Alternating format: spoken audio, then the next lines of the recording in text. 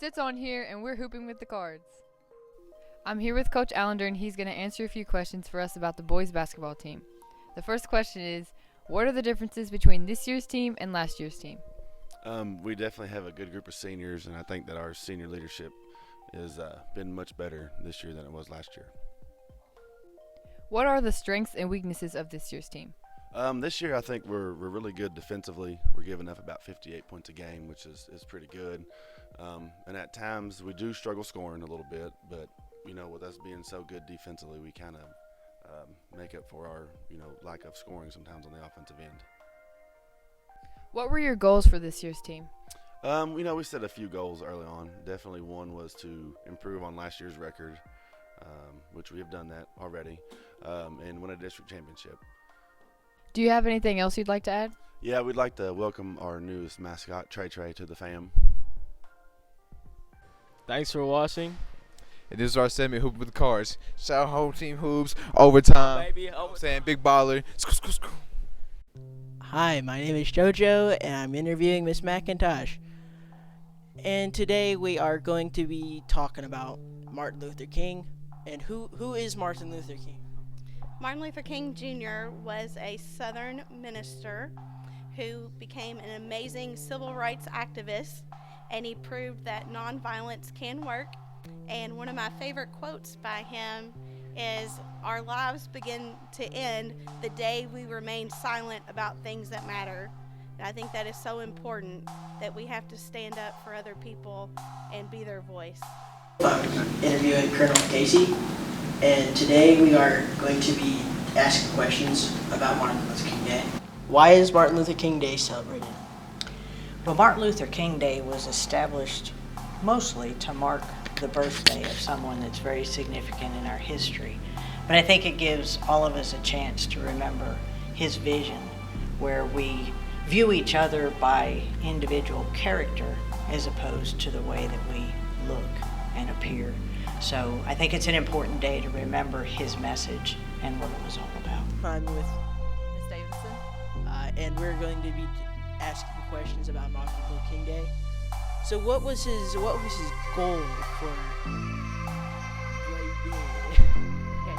Martin Luther King's goal was to find a way for there to be equality amongst everybody, not just the white people that were getting all the benefits at the time, but also for the African Americans and other ethnicities as well. So, Mr. Trooper, Yes, sir. were his goals really successful? So were Martin Luther King Yes. Jr. were his goals successful? Well, I'll start by reading something. I have a dream today. I have a dream that one day every valley shall be exalted. Every hill and mountain shall be made low. The rough places will be made plain, and the crooked places will be made straight. And the glory of the Lord shall be revealed, and all flesh shall see it together. This is our hope. This is the faith that I will go back to the south with. With this faith, we will be able to hew out of the mountain of despair a stone of hope. With this faith, we will be able to transform the jangling discords of our nation into a beautiful symphony of brotherhood. With this faith, we will be able to work together, to pray together, to struggle together, to go to jail together, to stand up for freedom together, knowing that we will be one day be free. This was an excerpt from the well-known speech that Dr. King gave 57 years ago that voices what his goals were. So he was a minister and civil rights campaigner in the 1950s and 60s and believed that all people are made in the image of God, and therefore all people have value, that life is sacred, and that we stand equal before God. His sermons that he preached in churches around America gave great strength to many African Americans who had been living in fear, and this spurred on the civil rights movement.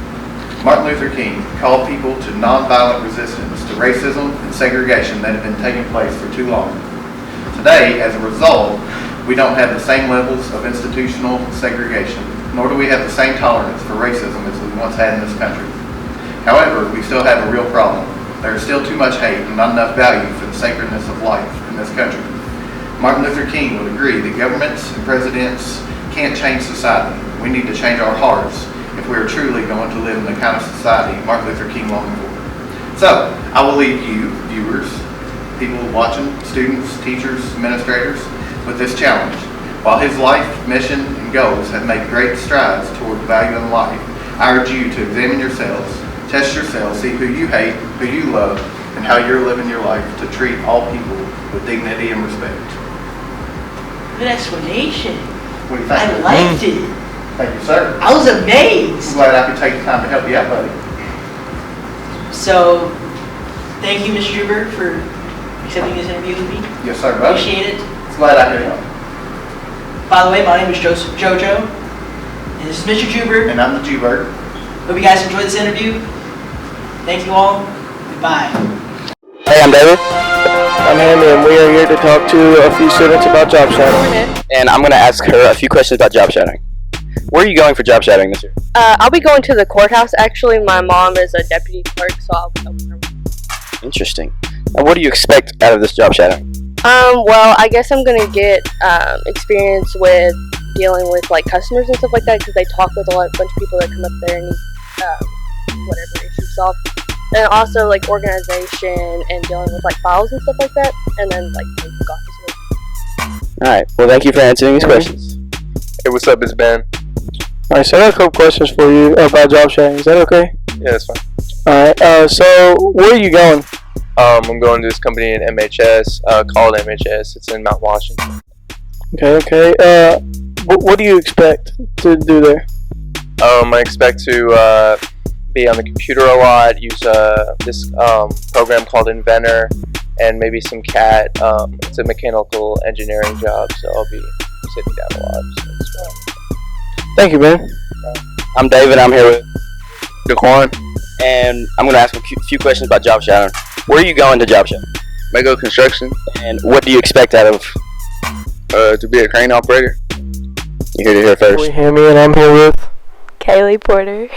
Okay, so we'll have some couple questions for you for the job shadowing interview. Okay. So where are you going for the job shadow? The Kentucky Standard. What do you expect to do there? Learn how to put ads together. Thank you. Miss Godey. And I'm going to ask her a couple questions about job shadowing. First of all, what is job shadowing? Job shadowing is a one-day experience for students to get out and see what they like and do not like, and also connecting with someone in the community outside of the schools. Why is job shadowing important? Kind of repeating myself again, we want students to get out of school to see what it's like to do certain jobs and to meet certain people. How is job shadowing this year different from last year? So this year we decided to allow the juniors the opportunity to job shadow. The last 3 or 4 years it's been seniors only, but after talking to seniors, they have been telling us they need to job shadow earlier, because right now they're already deciding where they want to go to school and what their major is. So just exploring careers a little bit sooner. What are some of the most common places you've seen so far? So looking through, we have quite a few students who are going to Mego Construction, quite a few people who are going to see engineers, probably about 30 students who are going to Hard Memorial Hospital and Flagey Hospital, and in the surgical unit and the OBGYN unit. We have 2 students who are going to the FBI. We have a student who is going to see a mortician. So we have students who are going a little bit of everywhere. I have one more question. What is some advice you could give to the juniors and seniors? So you caught me off guard. Juniors and seniors. So you are at an age where people say, what do you want to do? And you just want to say, I don't know what I want to do. And it's okay not to know what you want to do, but you really need to start exploring to see what kind of careers you like and do not like, and different things about those careers. Well, thank you. And that concludes our job shadowing interviews. Thanks for watching, Cards.